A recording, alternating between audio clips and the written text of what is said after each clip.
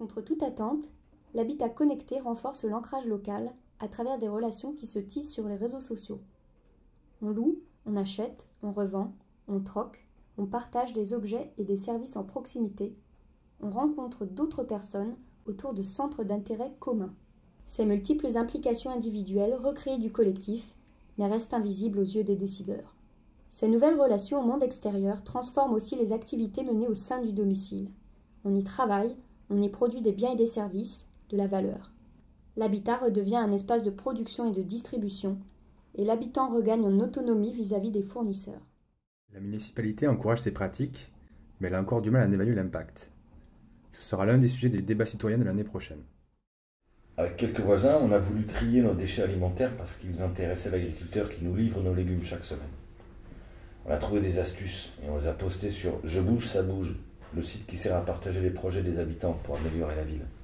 Les déclarations apparaissent de façon anonymisée sur une carte. Ça commence à faire boule de neige, ça te donne envie de bouger, de faire des choses. C'est tout simple, mais il fallait y penser. Je bouge, ça bouge est une application développée et gérée par la ville. Les engagements ou actions en faveur de la vie d'un quartier sont déclarés de manière non nominative. Cela offre une nouvelle visibilité à ces initiatives associatives sociales, culturelles, environnementales. Toute la richesse sociale d'un territoire est cartographiée en temps réel. Les initiatives ayant le label « Je bouge, ça bouge » peuvent soumettre une demande de subvention à la ville, mais aussi à un organisme de microcrédit qui accompagne spécifiquement les projets des habitants. Sur la fenêtre 4D de l'entrée, on a choisi d'afficher la cartographie sociale du quartier. C'est comme ça qu'on a su qu'une association récupère en bas de chez nous les vêtements d'enfants. Depuis, on donne tout ce qui est en bon état, et que nos enfants ne portent plus. Par contre, s'il y a quelque chose qui ne change pas, c'est bien le peu de liens que l'on a avec nos voisins. Grâce au réseau social de l'immeuble, on sait tout de même qui habite où, et les objets qui sont à emprunter, poussettes, les vélos, escabeaux. C'est comme ça qu'on a réussi à trouver une perceuse. Depuis, on la récupère quand on en a besoin dans la propre box de l'immeuble, notre voisin nous en ayant donné un accès temporaire. De fait, sans bien se connaître, il y a quand même un esprit collectif. Le syndic de copropriété a décidé de poser des panneaux solaires sur le toit. Aussi parce qu'il y en a de plus en plus dans le quartier.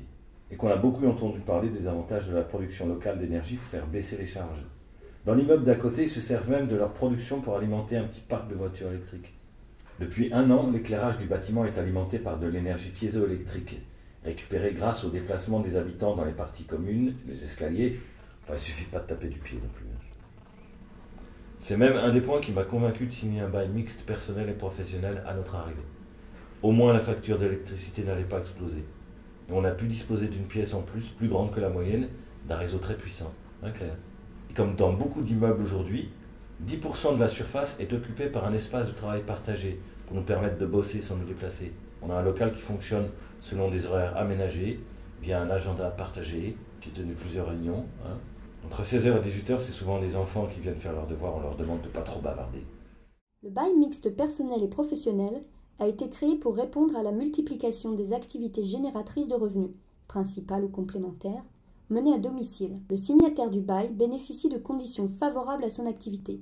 Connexion, stockage informatique et physique, espace de travail partagé, maintenance technique, etc.